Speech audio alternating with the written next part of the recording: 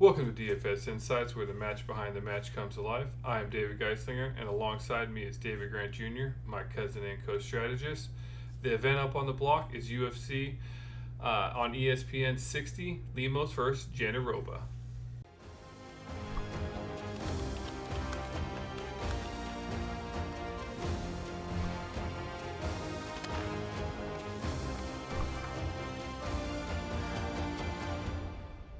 With your lineup success as our top priority, this is where David and I will dive deep into what fight matchups we think you should be targeting in order to put yourself in the best position to be at the top of the leaderboard at the end of the night.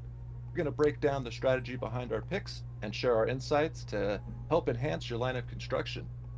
And yeah, we got an awesome fight night coming up here. Amanda Lemos versus Jandiroba. I'm pretty hyped for this card. How about you? Um, yeah, hyped. Excited. I mean, I say excited more about the potential for the DFS aspect, but as far as knowing any of the fighters, I'm a little probably behind on this card. Last card was I guess rough to watch, but because I didn't know a lot of the fighters. Yeah, getting into this one, it's doing a lot more research, a lot more tapes for, quite a bit of these names. So it'd be interesting to see for sure. sure. Awesome. Awesome. Plus building your database, Yeah. each of these cards since we've started. So yeah, definitely excited. Yeah, how about we dive in and we can start off, with the main event. Amanda Lemos versus number three, ranked number three here at strawweight against the number five, Yeah, all Jandiroba. right, yeah. Before we do that, go ahead and hit that like button, subscribe, notification bell, do everything you got to do. Help us out with that algorithm. Put us up in the funnel there. So with that, like you mentioned, our first pick here, Amanda Lemos versus Verna Jandiroba. Main event, 5 rounds. It's women's strawweight. This one's interesting to me. Obviously looking at it just from last week, where Rose Namajunas ended up in the optimal lineup. So I'm going to be taking even more closer look here, being typically women's fights are lower ownership. Just in general, but looking at this one, Jandiroba is coming in at about 47% ownership. Lemos about 31.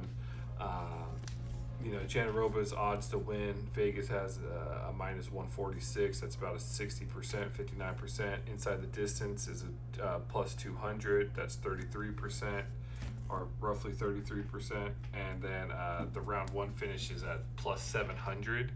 So that's a 12%. So, looking kind of at a leverage play there, you know, she's definitely going to need to take points on, but she does. She is a grappler. It is the apex, so the potential there, even for a win, her getting a few takedowns, that's enough, especially with only an 8.5K salary there. And then looking at Lemos, she's coming in at the minus 114, so that's about 47% to win. Inside the distance is a 185, plus 185, that's 35%, and then round one is about 750, plus 750, about 11%. So she's a brawler. She has power, especially for I think 155 strawweight. So looking for her, to do it, and I think she can catch, Jandiroba there. So I'll be looking definitely at this fight. I like this fight for sure. What do you think about it? Yeah, same here. Yeah, and I believe the straw weight for women is at 115 15 pounds. pounds. And That's what I meant. yeah, Sorry, yeah, 155, yeah, 150. yeah. Yeah, I was like, hey, those are some big women, yeah. man. No, I But yeah. yeah, it, this won't be Amanda Lemos's first 5 round fight, but it is going to be Jandiroba's first 5 round fight. So I'm definitely interested. She has won 4 of her 5 fights. Jandiroba, she's on a 3 fight win streak.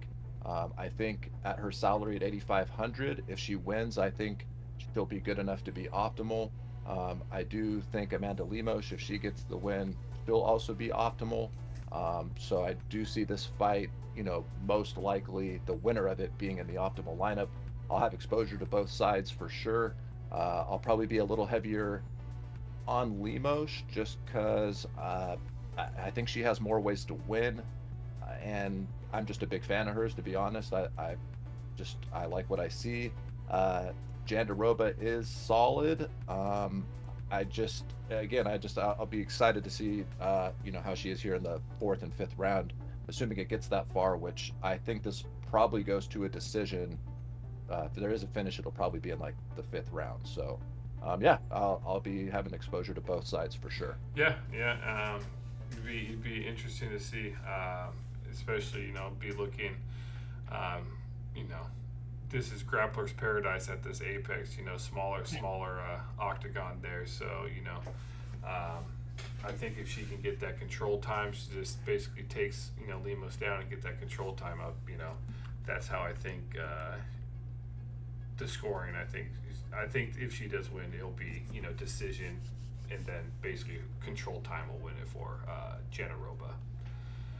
Okay. Yeah. No, I could definitely see that as an outcome for sure. So yeah, as I mentioned, how do you see the ownership coming in on that? Do you have I got about 47% Jandiroba and about 32% Lemos. Okay, nice. So Yeah, that's I'll probably be flipped on that just because I'll be going with the underdog, hoping, you know, mhm. hoping that she can do it. She is, ranked number three. Not that the rankings really mean a whole lot, but yeah.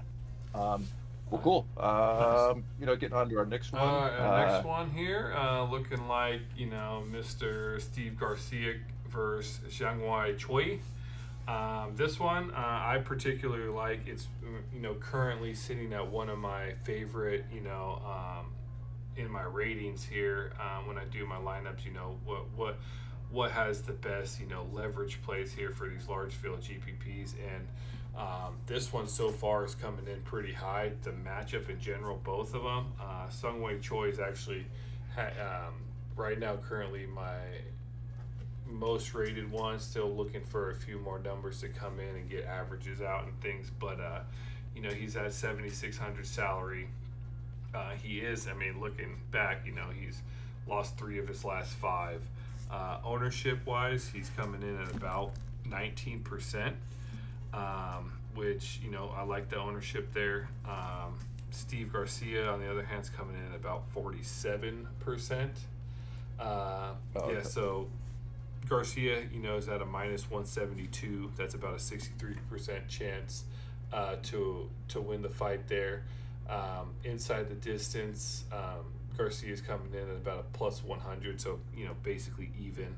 50% chance there, and a round one finish. And he does have heavy hands. He's at about a Yeah. 190, which is about a 34%. So that's pretty good. I like in that.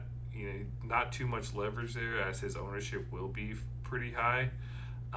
Math is actually saying that he, is about a 77% chance to win, compared to what Mhm. Vegas has him at, 63. So, our math predictions Okay. have been fairly accurate these last two. If you want to, check that. We won 11 for 12 Yeah. and 303, and I think we were about 7 for 11 or 8 for 12 this last the Namajunas fight. So definitely be paying Yeah. attention to that. And Choi's coming in 134, 42%. Inside the distance is a 165 plus 165, which is basically 37%. And round one is coming in at about plus 315, so 24%. So he's a lot more leverage there. So how do you see this fight panning out? Yeah. I mean, I see Garcia honestly probably getting a finish here because he's got three finishes by knockout in his last three fights, all by the second round. And Sungwoo Choi is coming off, two of his last losses are both by knockout. So it kind of is setting it up like it looks like that's what's going to happen. I'll definitely be playing both sides of this, though, as you mentioned, that 19% for Sungwoo Choi. And again, with him being, I believe he's 7,300, 7,600. 7,600. So I definitely like the 19%. When there's only 12 fights instead of 13, 14, I think the most I've seen is 15. But only having 12 fights, you do want to have, a fighter under 20% if you can, in your lineup construction. So Sungwoo Choi is one of the better plays to me, that has a chance of doing something. But however, Garcia does just has looked great these last three Mm-hmm. fights. I watched some tape on him today, and I do see him getting the finish. So I will be probably at the field with Garcia, maybe even a little over. But don't get me wrong, I'll have some Sungwoo Choi as well. Nice, nice. All right, well, sweet. So if you're liking the information we're putting out here, before we get to the last one, again, hit that like, subscribe, notification bell. Drop a comment down, seeing if if you have any additional matchups that you want us to break down, and in the comment section we'll give our opinion there. As we kind of keep these videos around in about 15 minutes or so. So again, getting into that our last pick here. Excuse me. Going in with I'm gonna butcher this. Radzhabov versus Trey Ogden. Wow. Yeah. So this one, unfortunately, I was unable to pull the round one data, the finishes. No website currently has that. That I, you know, been used as my sources has the round one predictions up there, so I couldn't get a fully accurate rating on them. But looking at them, Ogden's coming in at a both of them are actually coming in at a minus 113. So both basically have a 53% chance. So it's basically a toss up between these two guys here. Inside the distance, however, Ogden's coming in at a plus 500. That's 16%. Where I'm going to call him Loic. Or Rad. I'm going to call him Rad because I'm going to keep butchering his name. So apologize. He's coming in at a plus 250, so that's 28%. So that's basically double there. So I'll be looking definitely at him round one. I'll be waiting for those numbers to come in to even see if Ogden that puts him slightly ahead, or if that puts Rad a little bit further. Both ownerships are fairly low. Ogden's coming in at about 27%, and Rad is about 18. So low ownership card here. One's at 8,400, Rad's at 8,400. Ogden's at 7,800. So they don't need 130 plus fantasy points to be an optimal. They just basically need to get that finish, and I can see that happening in this fight. Yeah, definitely. Yeah, this is awesome. I think this is the first time you and I both agreed, on these three fights that none of them are above 9,000, which I was, pretty excited to see that. So, yeah, having Rad here at 8,400, he even has a decision win in 3 rounds where he scored 120 fantasy points. That's always great to see. I mean, don't get me wrong, I don't think we're going to see 11 takedowns. Uh, that is most likely an outlier, but nonetheless, he got 11 takedowns, and in his last win, he got 4. And both of his wins, he's hitting, he's averaging over 100 fantasy points. So I'll have exposure to him, especially if the ownership, like you're mentioning, is going to be, under that 20%, 25% mark. But I'll definitely have some Trey Ogden as well. Like you said, it's basically a coin flip. So at that point, as a salary saver, I could see Trey Ogden. I know he was on The Ultimate Fighter. I'm pretty sure that that's where he's from, and he's been in the UFC now for like 2 year, 2.5 year, 2 years or so, and lose, win, lose, no decision, win. He's kind of been bouncing around.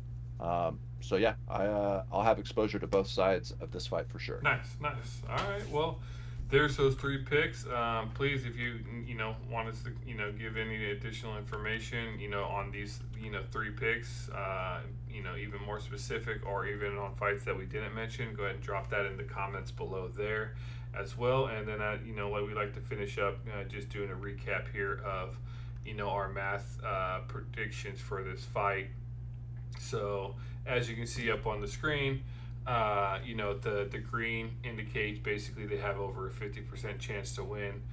The yellow indicates that they're actually 3 or less fights in the UFC, so their data is slightly skewed there, as you know the math takes into consideration all basically their averages of their strikes, you know, takedown defense, blah blah blah, and such. And you know, the more fights they have, the better basically average. You know, it's better data to take. So, you know, I just highlight those 3 or less fights. You know, because those typically are pretty.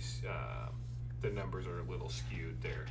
Like that guy has, Loic has a 6.39 takedown average, and you know only in 3 fights. Where one fight he had 11, and you know throughout, you know he does probably 5-10 more fights, that average is going to go down and kind of maybe settle out a little bit. So with that, keep in mind, you know, these have been pretty accurate, so I'll be using these, comparing them to Vegas, and going from there.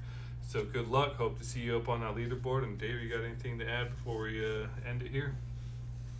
Nope, just yeah, like, subscribe, and yeah, please leave in the comments, even for the next UFC card, who you guys would like us to cover. If there's any specific matchups that you like in any upcoming cards, feel free to drop that in the comments down below as well. And good luck to everyone up there, and hope to see you guys up at the top of the leaderboard.